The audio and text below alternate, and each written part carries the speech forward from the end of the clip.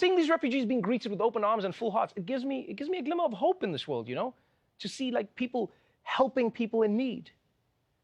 I mean, it is interesting though that Eastern Europe has been so willing and able to accept 1 million people coming into their countries in just a few days, when just recently, they didn't seem to have any space for a different group of refugees.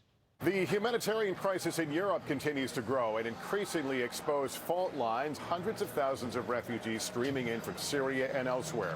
But as the arguing continues, so does the suffering. As Europe struggles for a solution, refugees forced to zigzag from one country to another with no clear path. The EU has effectively paid Turkey to keep Syrians from getting to Greece. Poland had pledged to take in a number of the refugees, saying now that it is not going to do that. We will not be receiving migrants from the Middle East and North Africa in Poland. This is Hungary's solution to the flood of refugees pouring in, a 13-foot fence topped with razor wire, running about 115 miles along its border with Serbia. Police in riot gear told they can shoot rubber bullets at anyone who tries to cross. Hostility here in Hungary. Video shocking the world. The Hungarian camerawoman kicking that girl as she runs from police. And this, as a man runs by carrying a small child, she trips him and he falls to the ground. Hungary's Prime Minister Viktor Orban had a message for the migrants themselves. The moral human thing is to make clear, please don't come.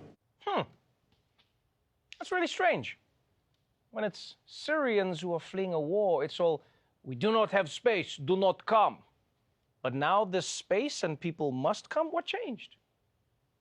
I mean, when the Syrians needed refuge, even the camera crew was drop-kicking families. Yeah, but now Ukrainians are getting accommodation, they're getting visas, they're getting work benefits, which, by the way, is good. It is a good thing. But I'm just saying, where's their drop-kick? And look, we don't even have to speculate. We don't have to speculate about why they're treating Ukrainians so differently than refugees from Africa or from the Middle East. It's because the Prime Minister of Bulgaria, he came out and said it, right? He said, these are not the refugees we are used to.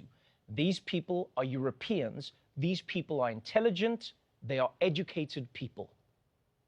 Yeah. It's a kind of a shocking thing to say. But at the same time, I will say, I'm impressed that the Prime Minister of Bulgaria has found the time to get to know all 1 million refugees that have fled Ukraine in the past week. He must be very efficient at making small talk. So where are you from? What you do? What you think? Aha, I like you.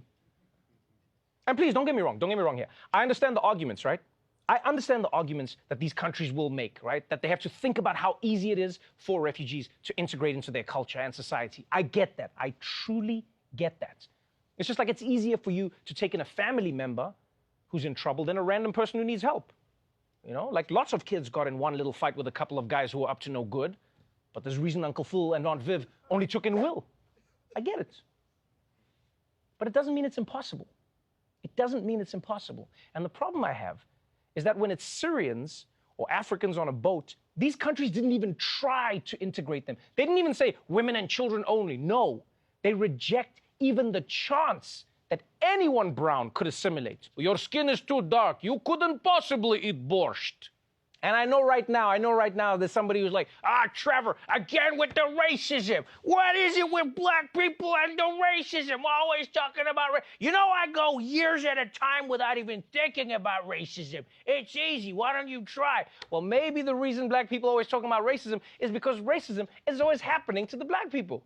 And we're seeing it again now in Ukraine. African and Indian students stuck in Ukraine are accusing officials of discriminating against them and pushing them back from getting to the border. This video posted to Twitter reads, "Watch how they are threatening to shoot us," saying they're at the Ukraine-Poland border. The police and army are refusing to let Africans cross.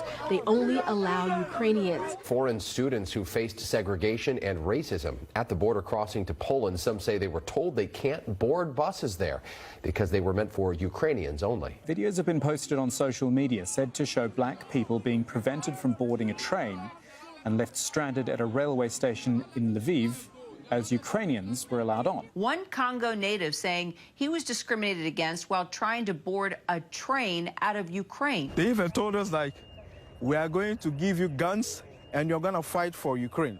I said, hi, we're going to fight for Ukraine? We are not Ukrainian. We are black. So how can we fight? How can we fight for Ukraine? Just think about this for a moment. Huh? Black people, students, tourists, visitors, many of them are saying they cannot get out of the country. They can't get out because they're black. They just get blocked at the border. And for this guy, I mean, this is wild. Imagine being prevented from leaving the country. And not just that, but they say like, no, not only can you not leave, you have to grab a gun and fight. That is insane. People from other countries haven't been told that they have to fight. Why does he? Huh? The British person gets to go. The African guy, no, you're staying. We've watched Beasts of No Nation. We know you guys know how to handle yourselves. This is what you guys do. That's not fair, man. When you go to another country, you don't expect that they might be conscripting you into a war. You don't think you're going to be fighting in their army. Like, I'll tell you now, the Louvre would get a lot few visitors if they were like, oh, come and see the Mona Lisa, take a selfie with Venus. Maybe you fight for us in a war. Have you seen the pyramids? Welcome. It's extremely weird.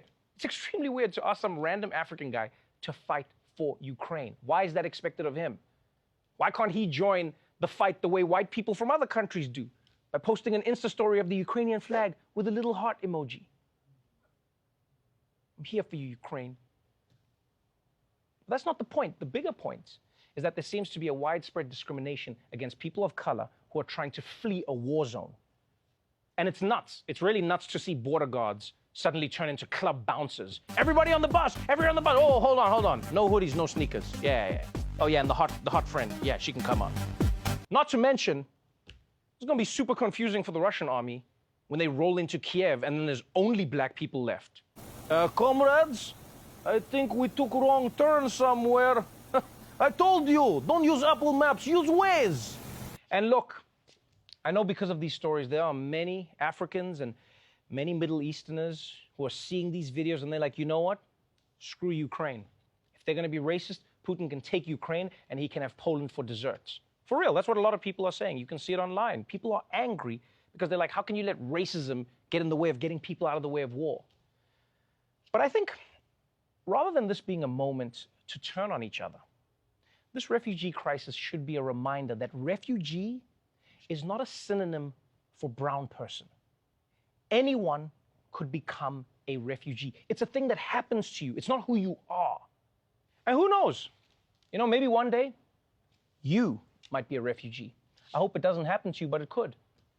And if God forbid that day comes, wouldn't you want someone without any prejudice in their heart to open their doors to you, to welcome you into their home, so that you can look around their house and say, thanks. I think I can do better.